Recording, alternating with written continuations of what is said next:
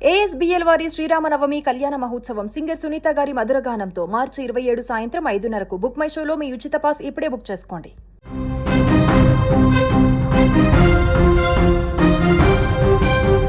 మిత్రులతో కలిసి ఏ సంతోష క్షణాల కోసం వెతుక్కుంటూ వెళ్ళాడో అవే ఆ కుర్రాడి చివరి క్షణాలయ్యాయి. చల్లని నీళ్లలో ఆడుకుందామని దిగిన ఆ విద్యార్థిని మృత్యువు క్వారీ గుంట రూపంలో కబలించింది. కళ్ళ ముందే స్నేహితుడు నీటిలో మునిగిపోతుంటే ఏం చేయలేని నిస్సహాయ స్థితిలో ఆ మిత్రులు కన్నీరు మున్నీరయ్యారు. మేడికొండూరు మండలము పేరేచెర్లలో జరిగినటువంటి ఈ హృదయ విదారకర ఘటన స్థానికంగా తీవ్ర విషాదాన్ని నింపింది. ఒక నిండు ప్రాణం నీటి పాలవడంతో ఆ కుటుంబంలో తీరని శోకం అలుముకుంది.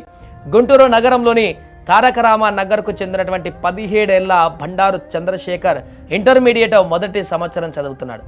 మంగళవారం సాయంత్రం తన స్నేహితులతో కలిసి సరదాగా బయటకు వెళ్ళినటువంటి చంద్రశేఖర్ పేరేచెర్ల సమీపంలోని కైలాసగిరి క్షేత్రం వెనుక ఉన్నటువంటి ఒక క్వారీ గుంత వద్దకు చేరుకున్నారు. ఎండవేడిమి నుంచి ఉపశమనం పొందడానికి ఏమో కానీ ఆ లోతైనటువంటి నీటిలోకి ఈతకు దిగారు. అయితే ఆ గుంట ఎంత ప్రమాదకరమో లోపల బురద ఎంత ఉందో తెలియనటువంటి ఆ యువకుడు కొద్దిసేపటికే నీటిలో మునిగిపోయాడు.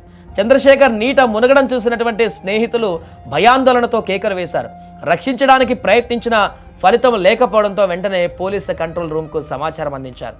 సమాచారం అందుకున్నటువంటి వెంటనే మేడికొండూరు పోలీసులు ఘటనా స్థలానికి చేరుకున్నారు. రాత్రి సమయం కావడంతో గాలింపు చర్యలకు ఆటంకం ఏర్పడింది. అయినప్పటికీ స్థానిక రెవెన్యూ అధికారులు పోలీసులు అక్కడే ఉండి పరిస్థితిని పర్యవేక్షించారు. బుధవారం ఉదయాన్నే పోలీసులు గాలింపు చర్యలు ముమ్మరం చేశారు. పరిస్థితి తీవ్రతను గమనించినటువంటి అధికారులు ఎన్డీఆర్ఎఫ్ బృందాన్ని రంగంలోకి దింపారు. నిపుణులైన గజ ఈతగాళ్ల సహాయంతో క్వారీ గుంటలో అణువణువు గాలించారు. గంటల తరబడి శ్రమించిన తర్వాత చంద్రశేఖర విగతజీవిగా బయటపడ్డాడు. చేతికి అందొచ్చినటువంటి కొడుకు ఇలా శవమై బయటకు రావడంతో ఆ తల్లిదండ్రుల రోదనలు మిన్నంటాయి. తమ బిడ్డ ప్రాణాలు కాపాడాలంటూ వారు చేసిన ప్రార్థనలు ఫలించలేదు. ఒక్కగానొక్క కొడుకును కోల్పోయిన ఆ కుటుంబం ఇప్పుడు పుట్టెడు దుఃఖంలో మునిగిపోయింది. క్వారీ గుంటలు ఇలాంటి ప్రమాదాలకు నిలయాలుగా మారుతున్నాయని యువత సరదా కోసం ప్రాణాల మీదకు తెచ్చుకోవద్దని పోలీసులు హెచ్చరిస్తున్నారు. మృతుడు చంద్రశేఖర మృతదేహాన్ని పోస్టుమార్టం నిమిత్తం ఆసుపత్రికి తరలించారు. ఇక ఈ ఘటనపైన కేసు నమోదు చేసినటువంటి పోలీసులు దర్యాప్తు కొనసాగిస్తున్నారు. అయ్యా ఎవరు నాకు రాత్రి అందరూ వెళ్ళిపోండి అని మమ్మల్ని పంపించారు. ఈ అమ్మటే ఎవరన్నా వచ్చి సాయం చేస్తే కొనుక్కుతోటన్నా నా బిడ్డ బతికేవాడు.